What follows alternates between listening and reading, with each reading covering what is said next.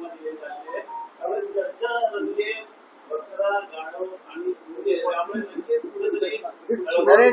मस्केंचे विषय आहेत, उत्तर देतील नरेंद्र मस्के. आज भारत रत्न डॉक्टर बाबा साहेब अम्बेडकर जी की 134वीं जयंती है. ये बहुत बड़े पैमाने पे महाराष्ट्र राज्य में और देश में सभी जगह मना रहे हैं. मैं बाबा साहेब जी को उनके जयंती के अवसर पर विनम्र अभिवादन करता हूँ, कोटि कोटि प्रणाम करता हूँ और उनके लाखों अनुयायी जो है, लाखों नागरिक जो है, करोड़ों लोग हैं, उनको डॉक्टर बाबा साहेब अम्बेडकर जयंती के उपलक्ष्य में बहुत बहुत शुभकामनाएं देता हूँ और सभी लोगों का अभिनंदन करता हूँ.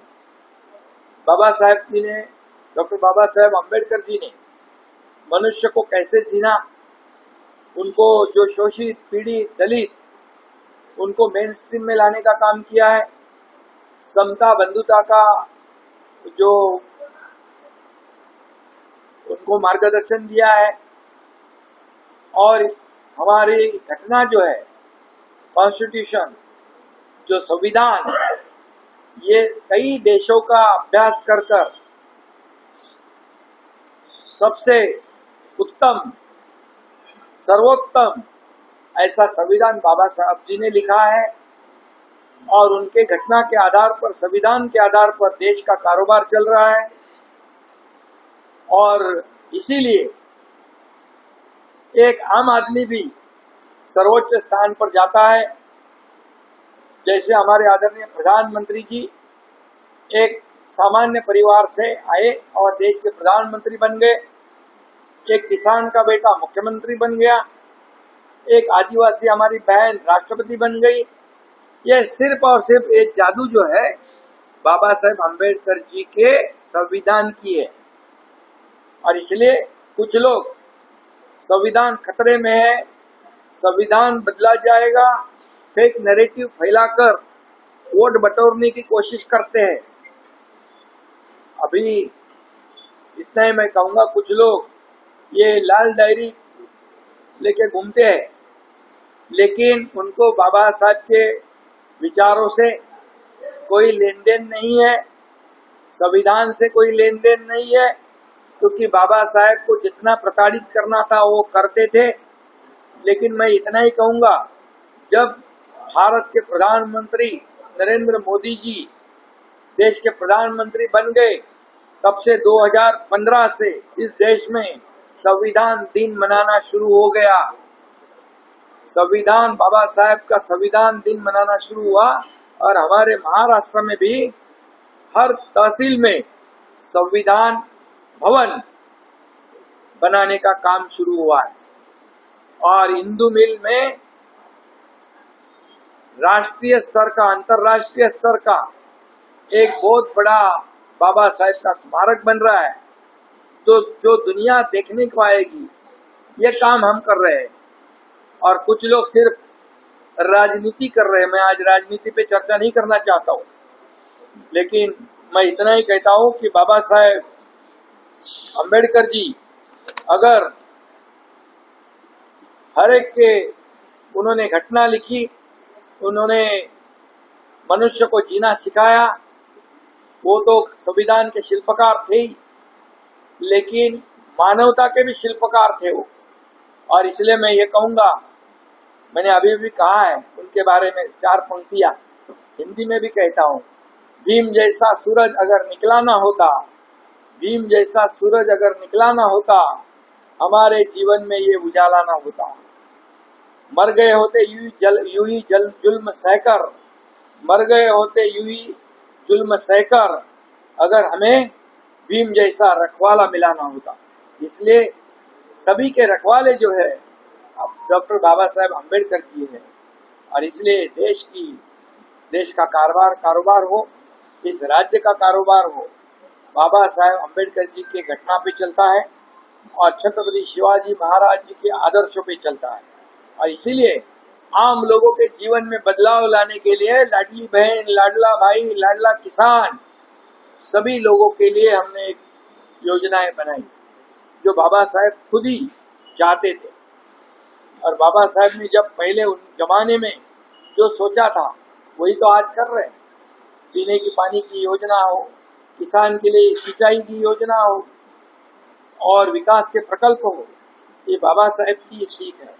और इसलिए मैं फिर एक बार बाबा साहेब अम्बेडकर जी को विनम्र अभिवादन करता हूँ, कोटि कोटि प्रणाम करता हूँ और सभी लोगों को मैं बाबा साहेब अम्बेडकर जी के जयंती के अवसर पर शुभकामनाएं देता हूँ। जगह जगह पे वक्त को लेकर आपके अल्पसंख्यक डिपार्टमेंट के माध्यम से लोगों को पढ़ने के लिए जो है निधि दी गई करोड़ों रुपए की, कल उसको जो है सब्सिडी किया। वक्फ बोर्ड जो बिल लाया गया उसका बारीकी से अगर अध्ययन करे तो कुछ मुट्ठी भर लोगों के हाथ में लाखों करोड़ों एकड़ जमीन थी, लाखों करोड़ों रुपया की प्रॉपर्टी उनके मुट्ठी भर लोगों के हाथ में थी। अब वो मुट्ठी खुल जाएगी और उसका फायदा जो है आम मुस्लिम समाज की बहनें हैं, भाई है, बच्चे हैं, विद्यार्थी है, उनको मिलेगा। स्कूल होंगे, कॉलेज होंगे, अस्पताल होंगे, सब लोगों को उसका फायदा मिलेगा। और इसलिए ये गरीब तबके के मुसलमान जो है, जो मिडिल क्लास मुस्लिम है, उन्होंने सही तरीके से इसका अध्ययन करना चाहिए। सदन में गृह मंत्री अमित भाई शाह जी ने भी इसका पूरा खुलासा किया है कि ये वक्फ बोर्ड बिल क्या है। वो किसी भी समाज और धर्म में हस्तक्षेप करने वाला नहीं, बल्कि उनको न्याय दिलाने वाला है, उनको समाज के मेन स्ट्रीम में लाने वाला है। और इसीलिए इसका बारीकी से अध्ययन करना आवश्यक है। चलो बात में की 134वी जयंती है। या जयंती निमित्त भी तमाम महाराष्ट्रातल्या बाबासाहेबांच्या चाहत्यांना, नागरिकांना, अनुयायांना या ठिकाणी शुभेच्छा देतो। आणि डॉक्टर बाबासाहेब आंबेडकर यांच्या 134व्या जयंती निमित्त मी बाबासाहेबांना देखील कोटी कोटी प्रणाम करतो, विनम्र अभिवादन करतो। खरं म्हणजे आजचा दिवस संपूर्ण महाराष्ट्रात नाही, देशभरामध्ये बाबासाहेबांच्या जयंती निमित्त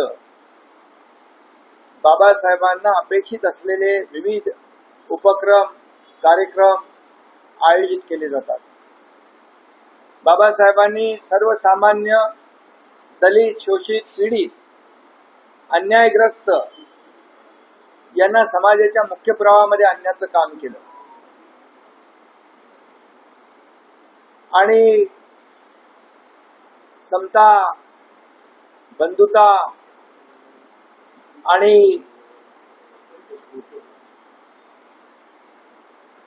या ठिकाणी त्यांच्या जीवनामध्ये आमूलाग्र बदल घडवण्याचं देखील काम केलं। 1881 साली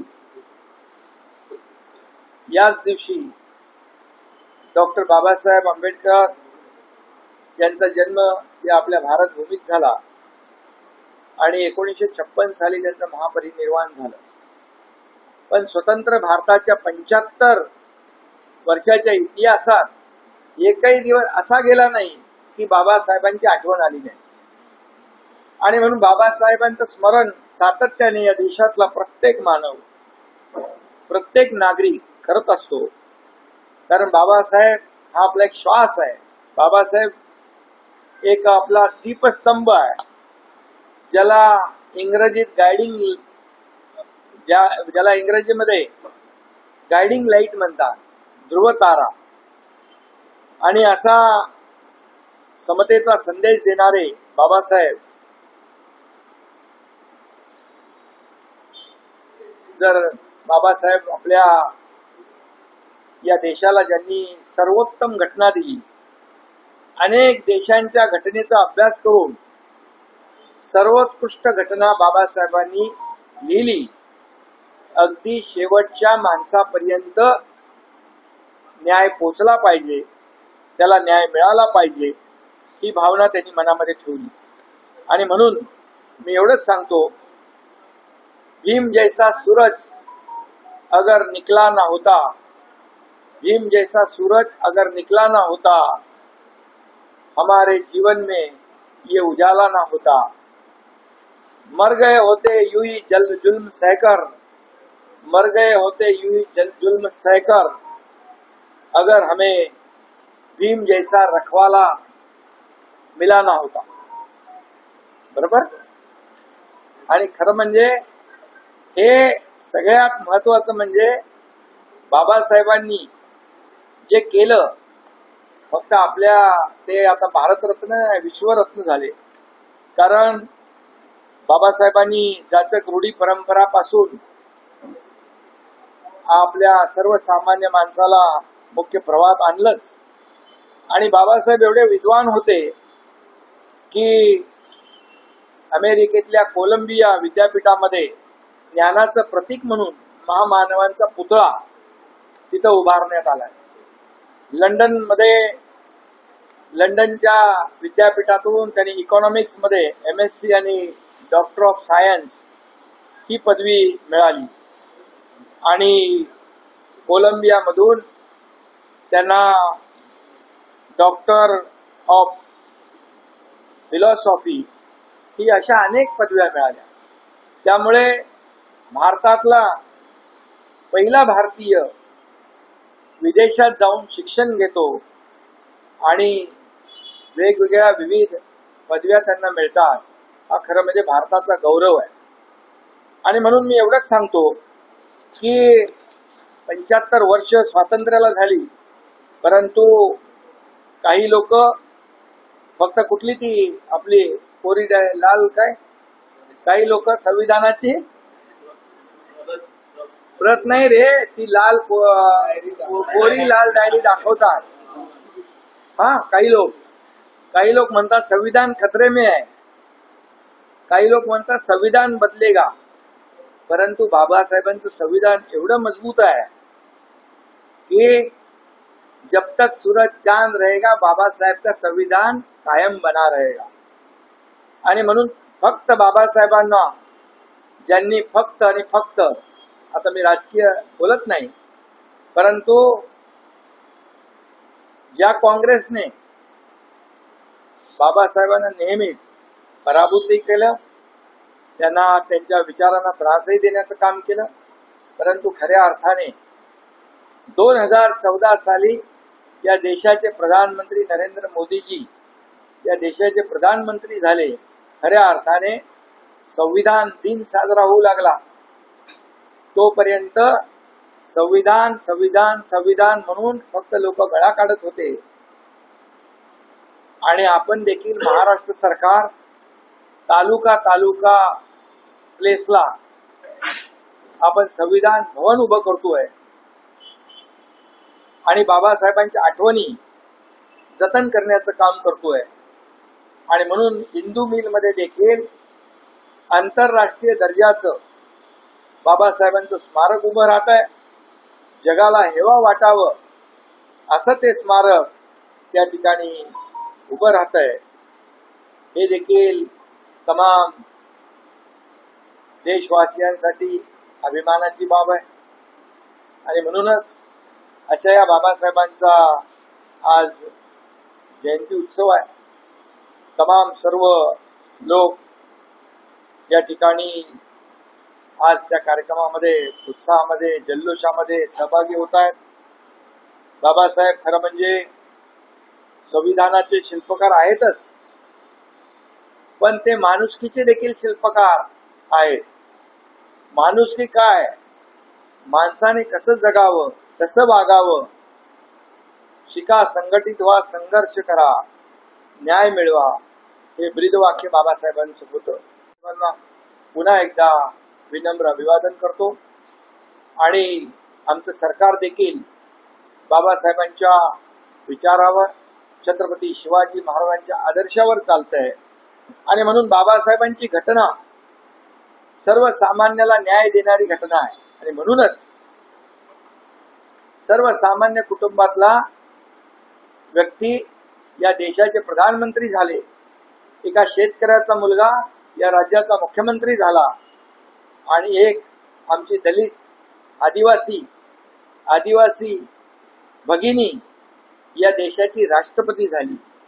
ही सगळी जादू आहे, ही किमया आहे, ही बाबासाहेबांच्या घटनेची आहे, बाबासाहेबांनी लिहिलेल्या घटनेची.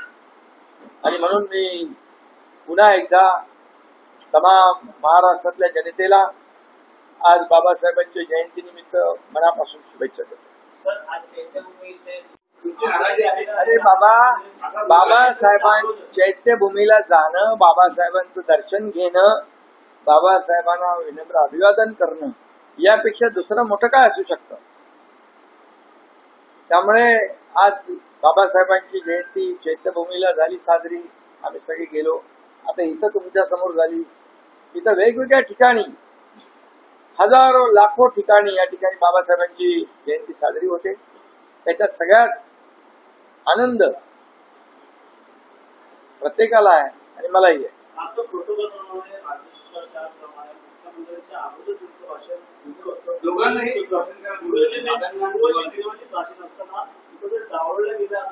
अरे बाबा, त्या भाषणापेक्षा बाबासाहेबांचं दर्शन मला मोठं होतं.